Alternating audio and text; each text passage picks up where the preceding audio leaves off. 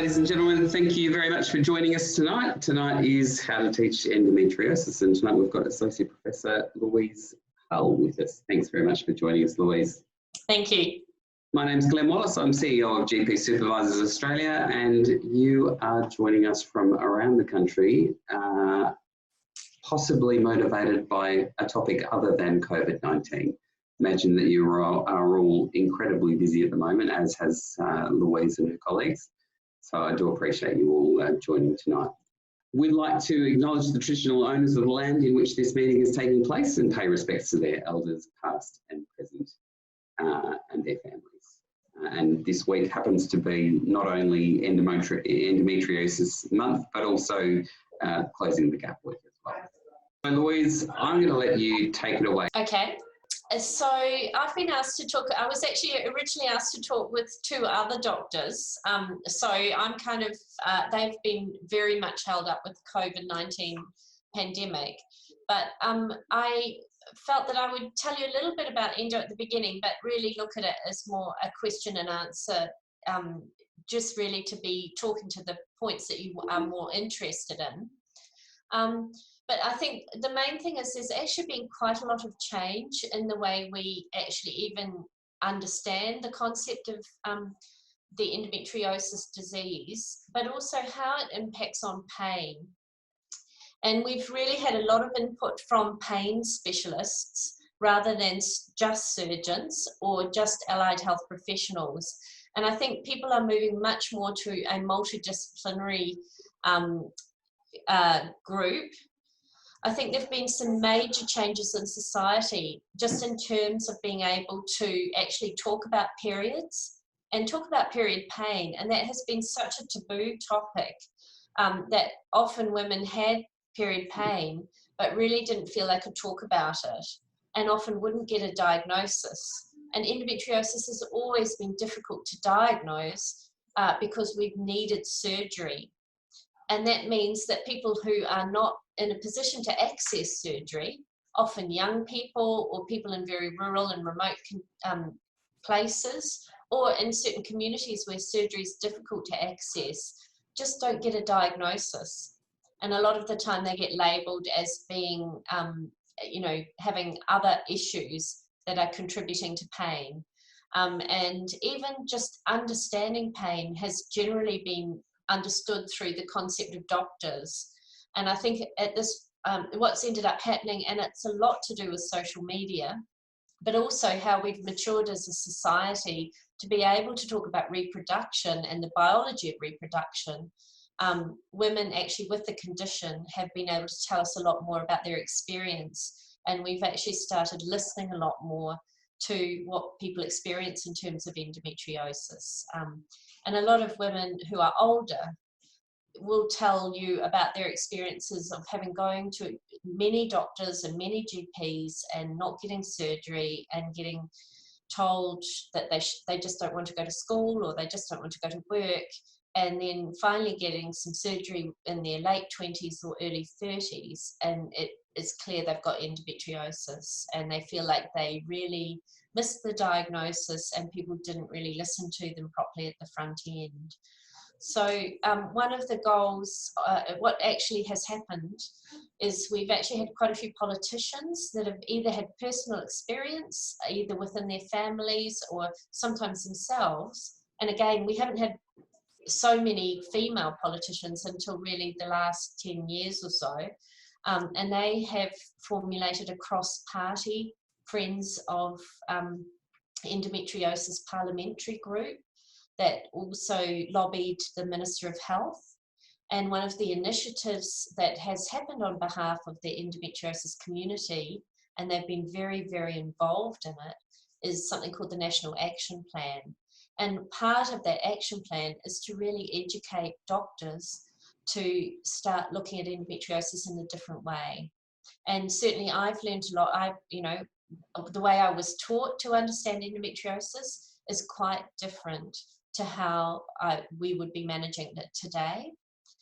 And certainly from a gynecology point of view, and I'm a gynecologist, we thought as long as we removed the lesions, we fixed the disease. And quite often we ask quite closed questions about people's pain.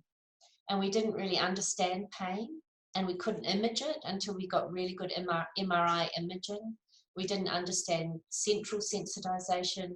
We didn't understand sensitization of the visceral organs in the pelvis, or somatic sensitization, which is pelvic muscle spasm.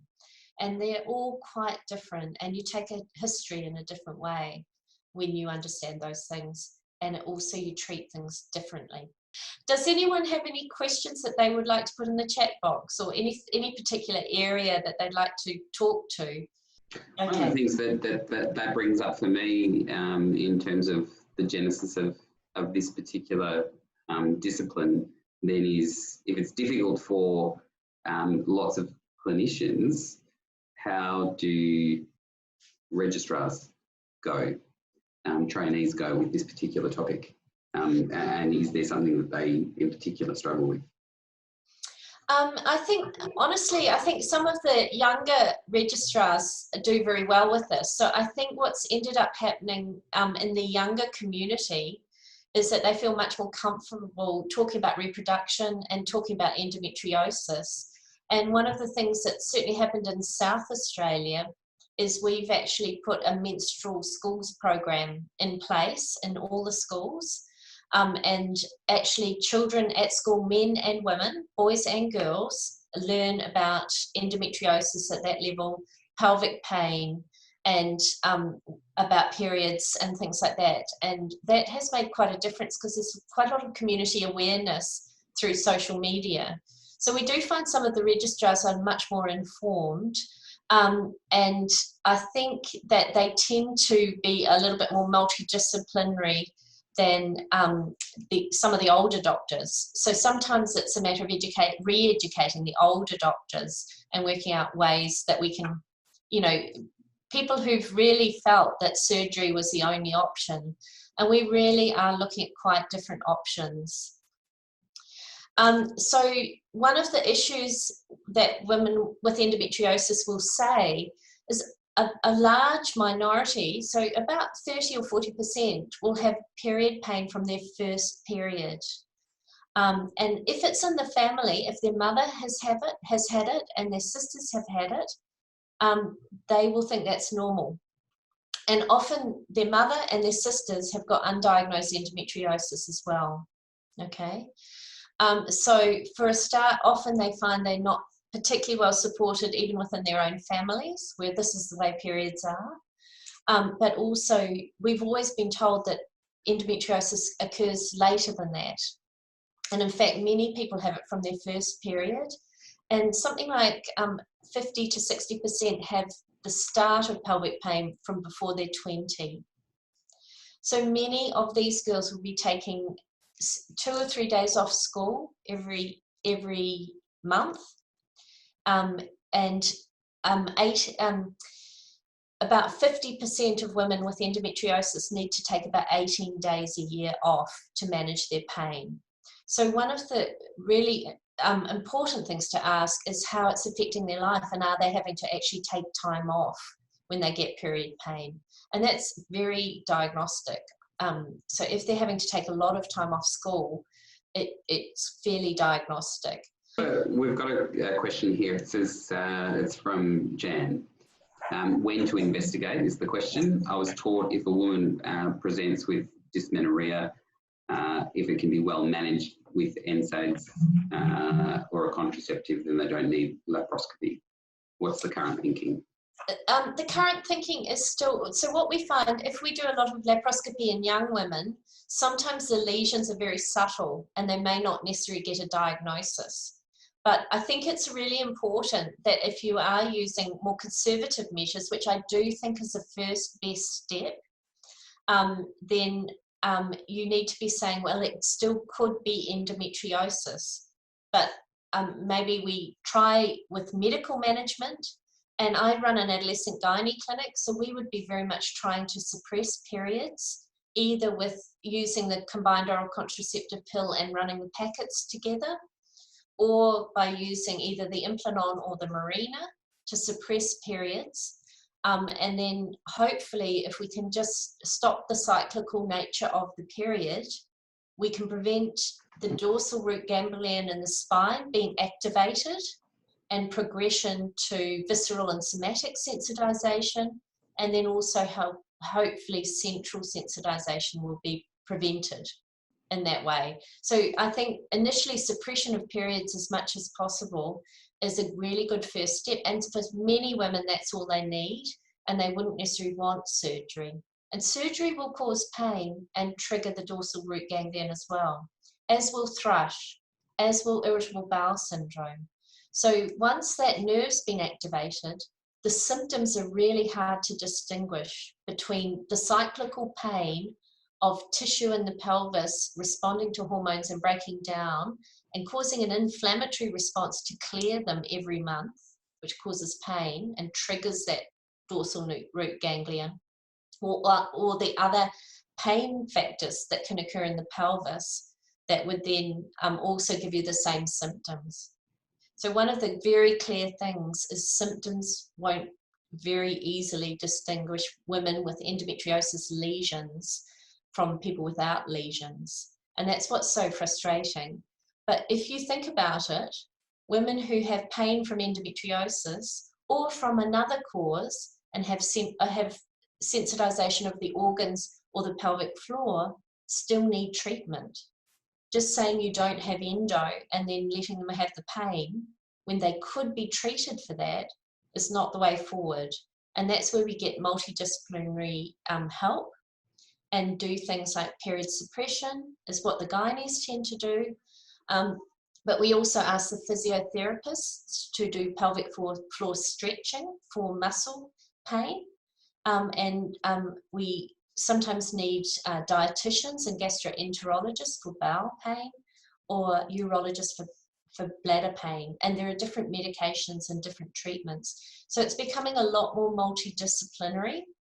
And increasingly we're saying to women who are young, this will be something you have to deal with in a lifelong way. We will need different people that we can pull in all the time. So at this point, you might need a dietitian for bowel issues, and you might need the pill to suppress periods. But in a year or two, you may have different symptoms, and we might need physiotherapy, or we might need to think about your fertility. And so we tend to be, planning in a lifelong way, but also saying, they're the people that need to start learning how to ask for the help they need at the time they need it, and that it may change over time, and that it also may need different people involved. Okay. And surgery is part of that. It looks like you've captured their interest there. I've got a few questions here. Jan's asked a supplementary, which is, can you tell me more about the activation of the dorsal root ganglion and the pain cycle? So this is really very much something I've learned from Dr. Susan Evans, who's a pain specialist and gynecologist who did a PhD with me. But essentially, if you have ongoing pain, the nerve pathways can be upregulated. And the way I explain that to patients is if you have a highway that gets congested, you tend to build an extra lane, and then the messages flow more quickly. And sometimes you can get, you find that a sensation will be very quickly picked up by the spine and also the brain. And the sensation, it's hard to, it's upregulated. And visceral sensitization is where the bladder, the cervix, or the bowel is upregulated, whereas the pelvic floor is somatic sensitization. And that's where the nerves are firing more. And once you have that, you do have to look at treating that differently. So for example, women often complain, and probably it's the most common symptom and the most disabling symptom, tends to be a sudden stabbing pain. And that's actually pelvic floor spasm. It's the muscle absolutely contracting in response to pain. And if we remove a lesion by surgery, we don't change that. If we remove a lesion by surgery and also ask the physios to stretch the pelvic floor or use Botox to stretch those muscles, the surgical outcome will be a lot better. And often women will be able to do a lot more. They won't have that sudden stabbing pain that they get frightened to go to work with. And so we often combine the therapies now. We've also got a question here from Karen, who's asking, please cover the treatment and pain management of centralised pain, as well as the prevention of pain centralisation. Okay, so well, fortunately we've got very good MRIs, and this is not really my specialty, but we've had MRI specialists who have been able to actually image the brain when people have pain, and when people have chronic pain, and they can, on the images of the MRI, see quite a lot of difference when people have chronic pain or not. And that's because the brain's been sensitized. So the symptoms of that are fatigue and headaches. And that again is something, if you start asking people about that and say, look, this could be related to your endometriosis because of its chronicity, often they feel really relieved because they don't know why they're tired all the time, or they've often been to neurologists for migraines, and you know, when they can tie it into a chronic pain, just even the understanding of that can be really helpful for people. But there are quite a lot of neural modulators, and probably the ones I use the most are things like NDEP or Lyrica, and they moderate the pain transmission, but they tend to make people very sleepy in the morning. And we use quite low doses of those to try and help the pain, while we're also using non-steroidals like Voltaren suppositories at the time of a period, while we're trying to suppress periods so we're not re-triggering. But also we really do, as a gynecologist, I have to sometimes really work very closely with pain specialists.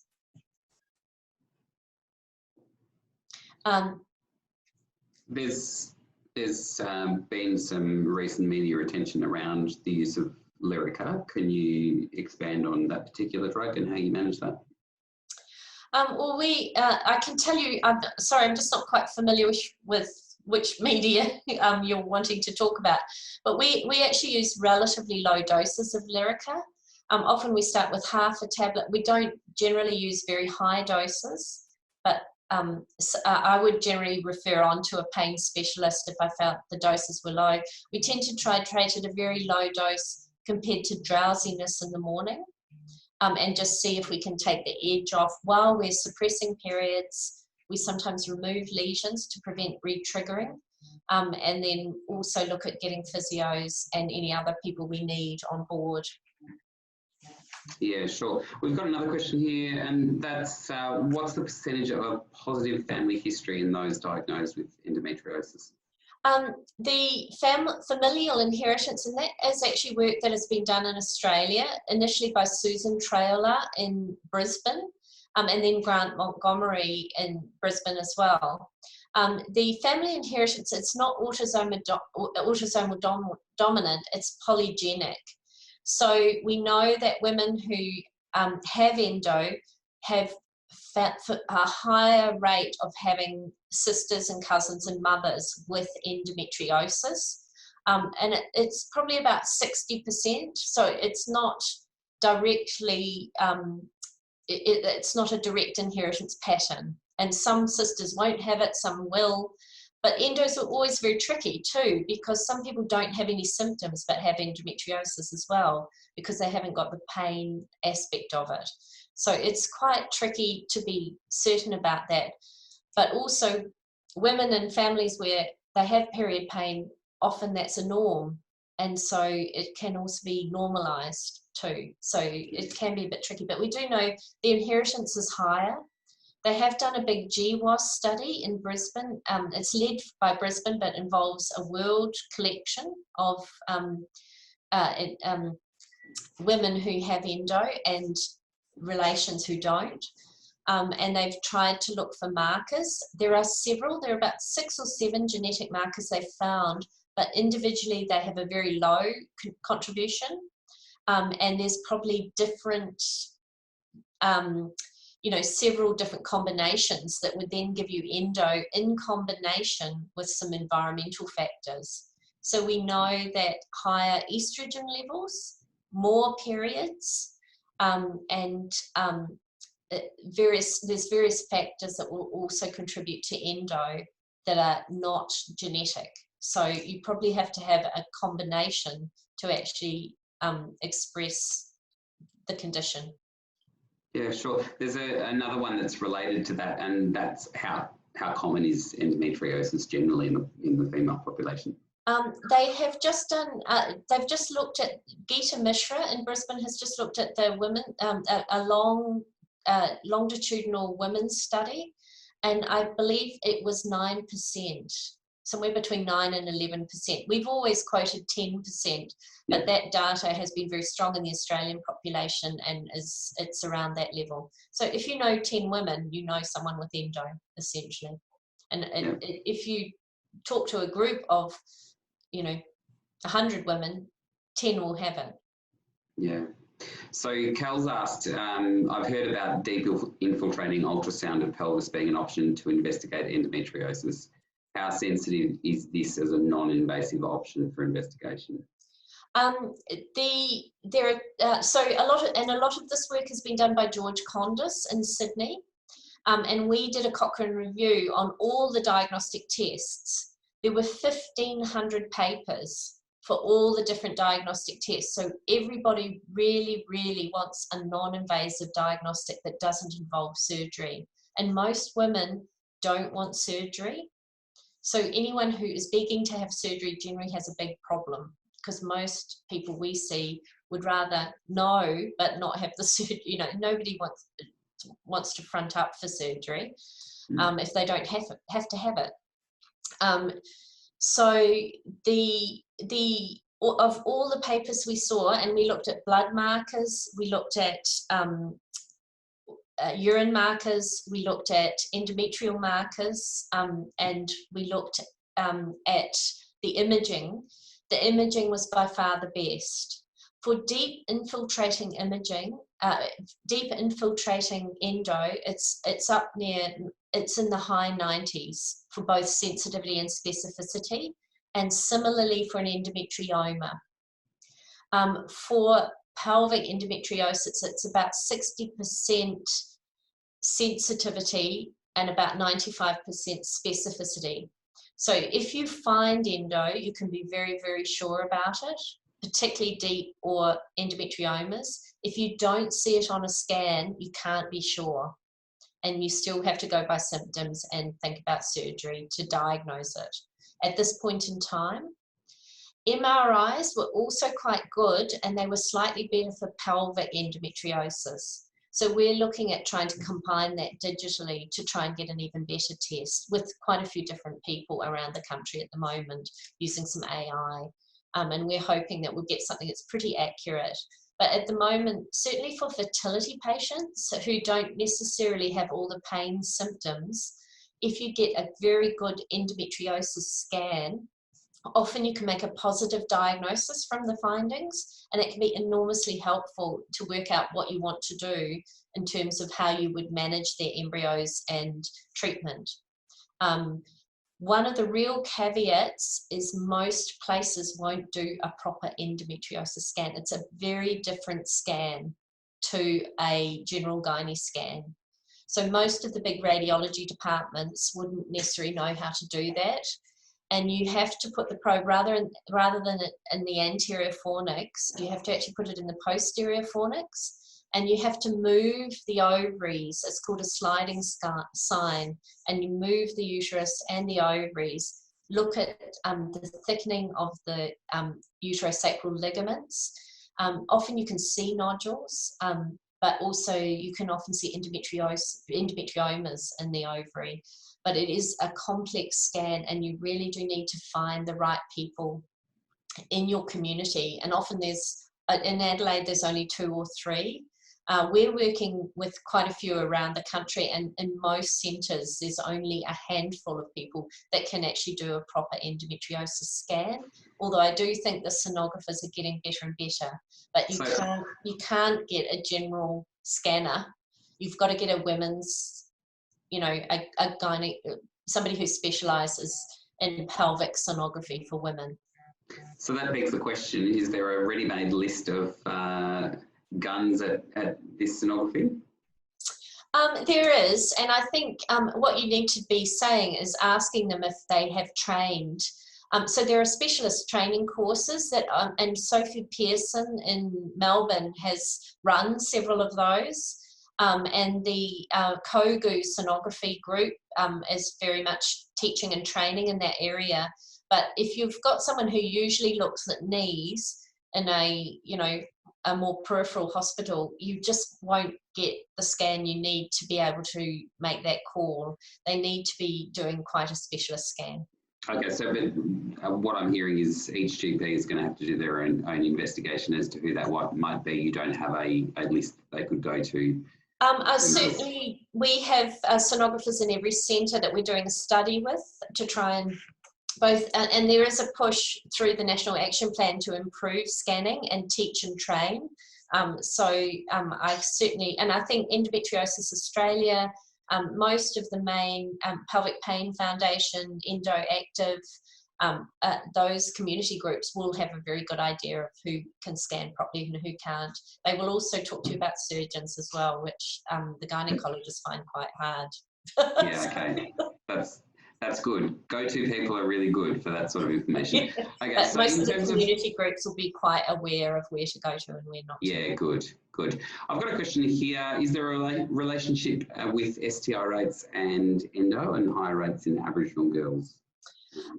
Actually, generally there isn't, mainly because we think the pathophysiology is based on Sampson's theory, which is that when you have a period, 90% of women would have some tissue retrogradely move through the fallopian tubes. And because it's self-tissue, it engrafts.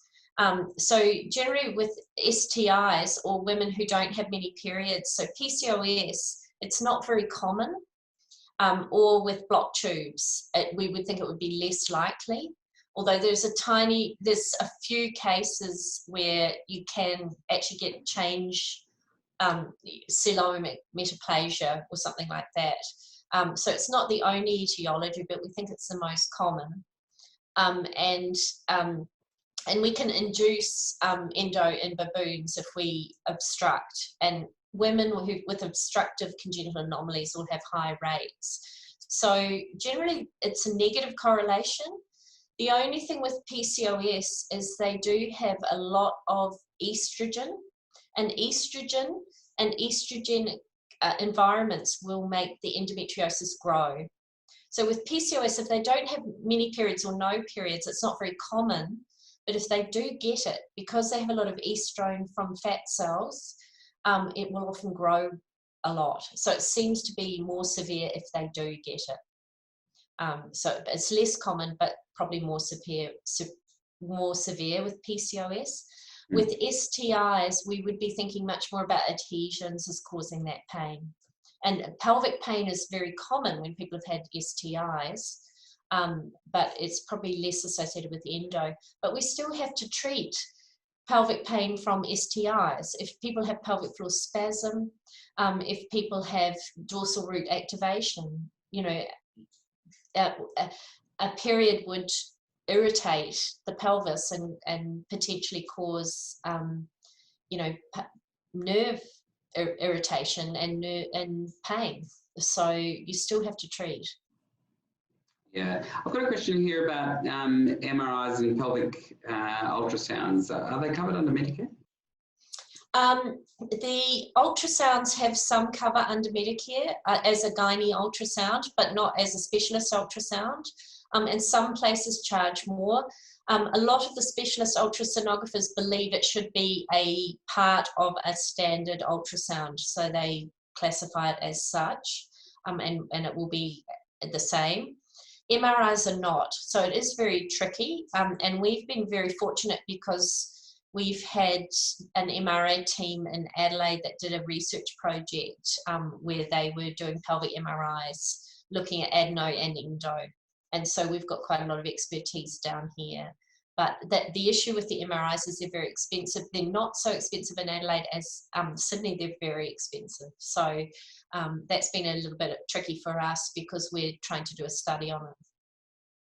Yeah, there's another question here about CBD oil and pain with endo. Is there any research being used? Sorry, CBD? Cannabis oil, I'm assuming?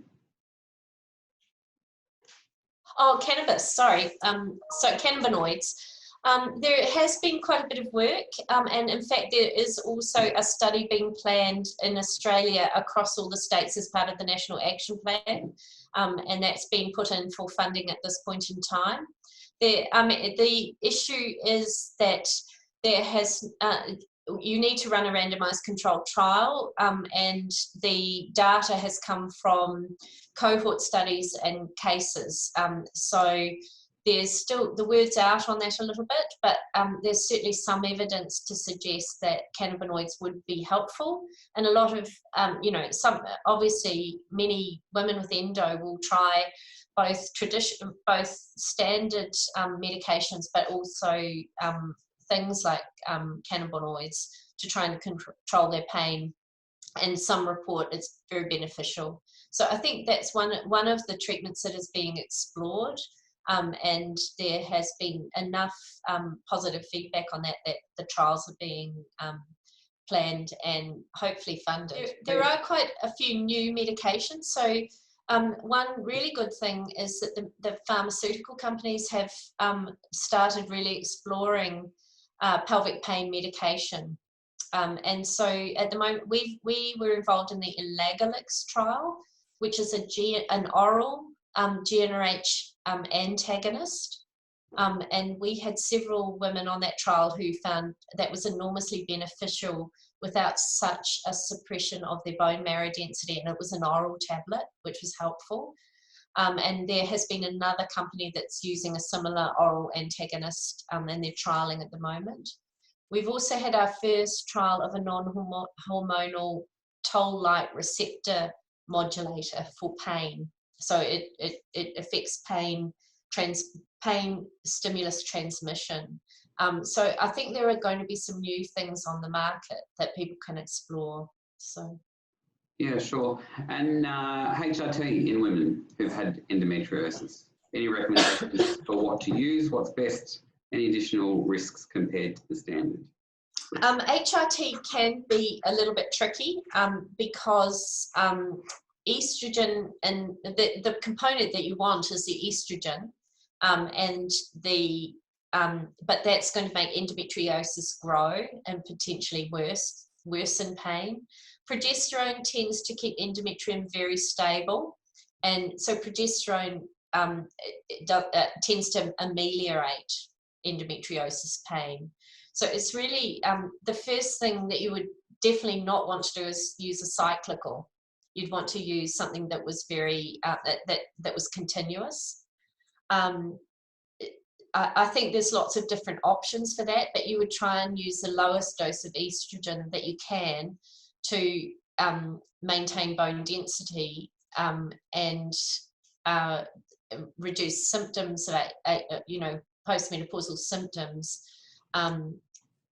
So there's lots of different ways you can do it, and you can do things like use the Mirena to suppress periods and then add a transdermal, or use an oral and change the doses until you work out the right dose. So, but it can be quite tricky, and some women just can't tolerate it. The pain is too much compared to the benefit. So you have to always be weighing that up, and I guess explain that to people before they use it. There is a small, it's not a huge risk, but there is a concern that endometrial tissue with unopposed estrogen outside the endometrium is at risk of malignant change. And so it is something to just be mindful of in terms of you could get it. We do know that endometriosis can be very closely associated with an endometrioid cancer, ovarian cancers and cancers in the pelvic cavity. So you do have to be a little bit mindful of that. Certainly unopposed estrogen we wouldn't be very happy with. Sure. We've got a question here from Phil. He's asking, do you use antidepressants? For example, duloxetine in pain management of endo. Look, I'm not actually a pain specialist, so I tend to get people who are a bit more, I tend to be more hormonally orientated, and I tend to work in conjunction with other people, but certainly we use nortriptyline a lot and amitriptyline, and that can help anxiety and mood changes. I just feel I'm a bit outside my area of expertise with some of the other antidepressants, but I think the issue is when you have chronic pelvic pain, and if you've missed school and therefore have struggled to get the education you need to get a good job, often you're socioeconomically at risk, and often your mood is low, and so it all follows through. If we don't treat the pain well at the beginning, we're lining someone up for a whole life of not being able to do as much. And the other thing is, if you drop out from school, you lose your social networks as well.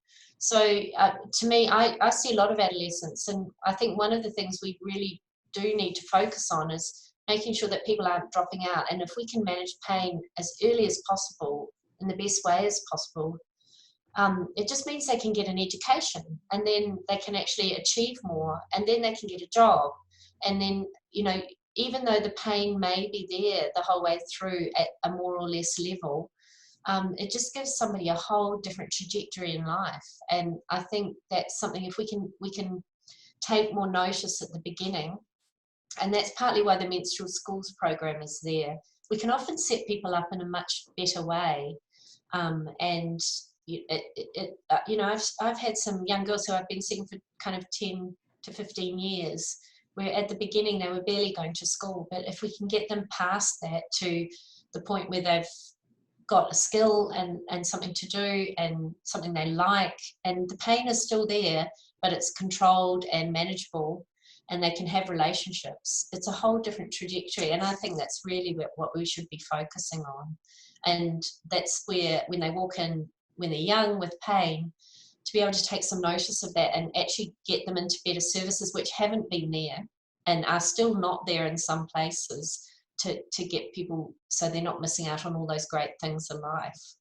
You know, and it's hard because they lose confidence as well. So counselling is quite important. Mindfulness, you know, it's control. People lose control when they've got pain. So it's just, how do you maintain that control, and teaching people how to do that. So again, there's some really good websites. Pelvic Pain Foundation has an emergency plan, you know, formulate it for you, and get, if parents want to help, you know what to do, so that when someone has pain, there's not a big argument or a big drama. It's like, okay, we know what to do. We get the hot water bottle, we take this medication, we, you know, plan to do this thing that makes me feel calm and good, and, you know, have some planning over that can help with some of those symptoms as well. Medication can be really helpful too. And I think psychologists are really important. Sometimes we involve child psychs, you know, I think they're part of the multidisciplinary team, and that can be really helpful. It's hard to access some of them sometimes. So you were talking about contraceptives earlier. We've got a question here about whether Depo-Provera would be useful. We used to use Depo-Provera when we didn't have alternatives, and we generally, in adolescent gynae, we were not really using it very well, mainly because there has been a bit of research suggesting it causes bone loss in younger people. But it's also not a very good drug for, if people don't tolerate it, if they don't like it, it takes a long time to get out of your system.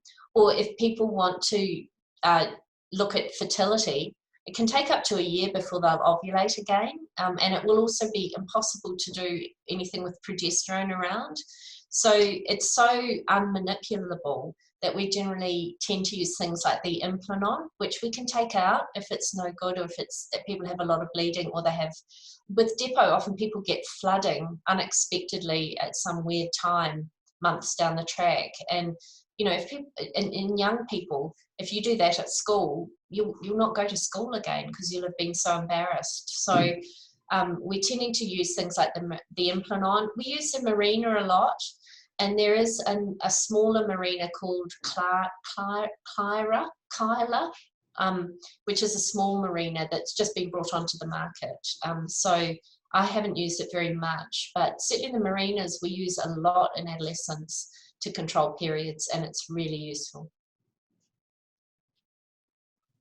Yeah, so I can imagine if you've got a patient that's coming back to you once a month, how long would the average case take to work through for your average GP from the very first time they've seen a young person that's suffering with this through to an appropriate management plan?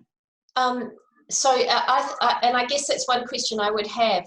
I often, when I first see people, I often talk to them about sort of self-management, that this might be endometriosis, that we're not expecting to cure it, that we, you know, things like we've got lots of different multidisciplinary options, and that they're going to have to learn a lot about this to help themselves through their lives. And surgery is one part of it, but we also, there are different options like physio and medications and suppressing periods. So I spent I think a lot of the education is massive.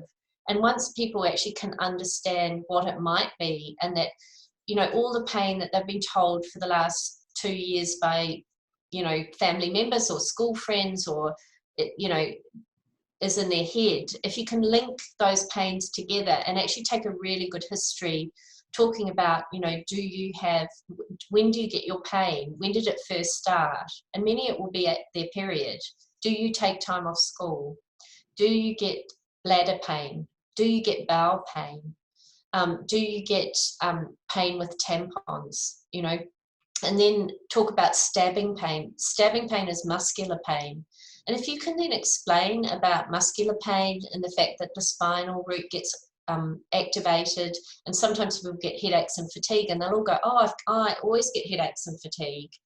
Then they can link it all together, and they've all been told that each of those symptoms isn't normal, but is nothing, you know. And so it gives them, they can understand it, and that I think is a massive first step, but it does take time.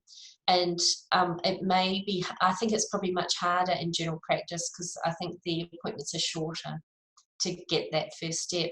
The physios at our hospital have been really good, and they actually run group often it's mainly education about pain and muscles and the organs and central sensitization. So the really good pelvic floor physios, who are gynae physios, will do a lot of education, and it can be really helpful. And that's where allied health can come in really, really well. In general practice, I suspect taking that time is quite difficult, but you may be able to do that over time. And then it's how to also get the multidisciplinary nature going. There is a chronic care plan, and endometriosis and chronic pelvic pain is covered by it, so they can have access to physio through the chronic care plans, and that can also be really useful for people. They can also get dietetics through that, they can get counselling through that, and so that can be really useful as well. I think when you're in general practice, you're going to be maybe the core guy who organises everything with all these different multidisciplinary people, and I'll find that when things get better, I'll be seeing these patients once a year for many years. I do think really the role of the GP is to bring all the people in together, and really to acknowledge and listen to that pain, you know, and then, you know, work the plan, and it will change at each visit potentially. It may stay the same. If everything's going well, you keep going with what's working, but it will change over time, and that's when you get somebody else in that has that, you know, a pain specialist, someone who's very good with antidepressants, a surgeon, you know, a fertility expert. How many cases would end up in surgery these days? Certainly, at this point in time, with the Mirena coil managing menorrhagia very well, I think the main surgery that gynecologists do now is endometriosis surgery. And in Australia, the access is generally pretty good. But if you think 1 in 10 women, we don't have enough gynecologists to look at all those women. So we're going to need other ways of managing endometriosis. So there's just not enough, not enough people to operate on every single person. So we are going to need different ways of managing that. And I think, I don't know, I wouldn't be able to give you a proportion, but it's certainly a very high proportion of the workload of gynecologists is to do endometriosis surgery. There are varying levels of surgeons as well. So the more generalized surgeons who do obstetrics as well can manage the more straightforward cases. The really complex cases, particularly when people have had previous operations, there are, and again, the endo groups all know these people very well, but there are surgeons, and I'm not one of them, I don't do a lot of surgery, but there are some surgeons who pretty much that's all they do. They only do endometriosis surgery. Often they have pelvic floor physios, they may well have dietitians, they often have counsellors within their practice, and they often offer quite a holistic care. It's a bit tricky for some of the older gynaes because probably the younger ones are bringing these multidisciplinary methods into their practices more. But yeah, I'm sure as general practitioners, it wouldn't take very long for you to work out who the patients like to go to. Yeah, sure. And in terms of advice for patients that are trying to get pregnant and impact of having a baby with endometriosis and the likes?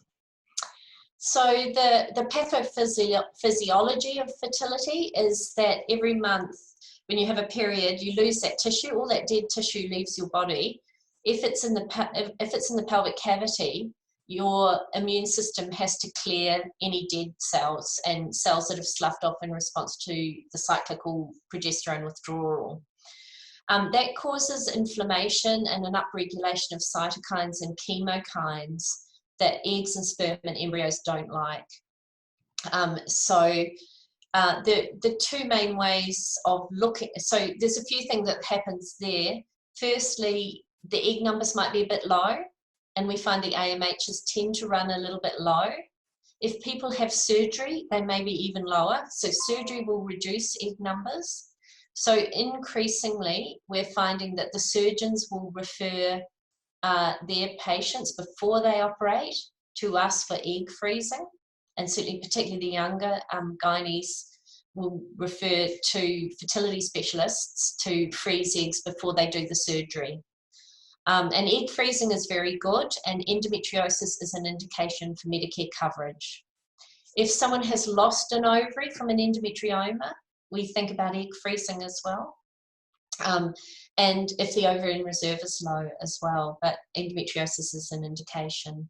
There's not very good studies, and again, there's a big cohort being set up across the country through the National Action Plan to try and see if people suppress periods when they're young and reduce that sort of inflammatory environment, is that going to improve their fertility? So if they use a Mirena from 16, 17 or continuous pill, do they have better fertility outcomes?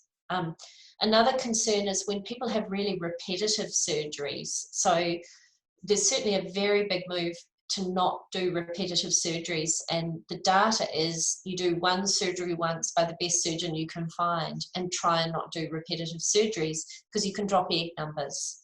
And so again, that's where we're trying to re-educate gynaes not to, pains come back 3 months later, I need to do another laparoscopy. And that really shouldn't be happening anymore. We should be trying to look at other methods of pain management.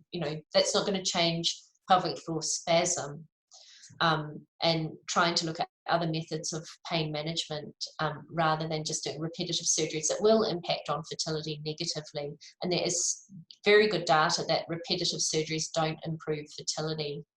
We do think an initial surgery will, because if we remove the lesions, there'll be a less inflammatory environment. So certainly for the next 6 months, we would expect the pregnancy rates to be higher by some percentage. It's just not, we still have 1 egg a month, but a lot of people will conceive.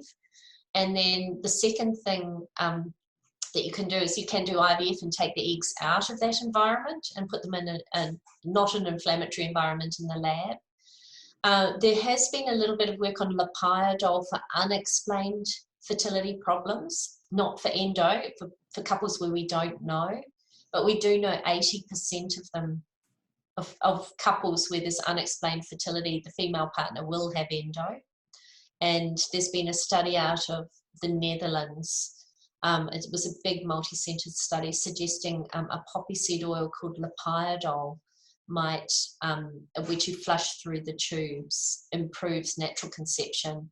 And there's been, we're doing a little bit of research on that, and some of the tissue work suggests that that's got some anti-inflammatory properties. So, but that's, we're not sure. We've got another question here about the role of Botox. Who does them and how is it done, and is it by a radiologist?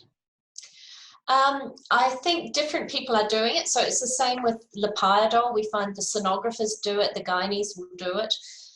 Again, we have gynae surgeons who specialise in endometriosis that would be doing Botox at the time of surgery. I do think there are some of the radiologists are doing it. I generally refer to gynaes who would place that, who are endometriosis specialists, but I'm sure in different communities, different people will be planning that and administering Botox into the pelvic floor. The way you kind of can diagnose it, if you do if you feel the vaginal muscles on the side of the vagina with one finger, often you can actually feel the muscles spasming. But what we generally do is we try and get the physiotherapy to work first, but sometimes the muscle spasm is so bad that the physio is just too painful for people to do pelvic floor stretching, and that's when we think about using Botox, and also looking at things like Lyrica and NDEP and neural modulators to reduce the pain enough that the physiotherapy exercises can actually be done and work. So yeah, it can be really helpful though. So that's a big question then. You've talked about physios, you've talked about pain specialists, you've talked about gynaes. Who do you refer to first? I think and obviously adolescent gynaes are potentially different to surgeons as well. So I think one of the really great things you can do initially is to get a very good scan.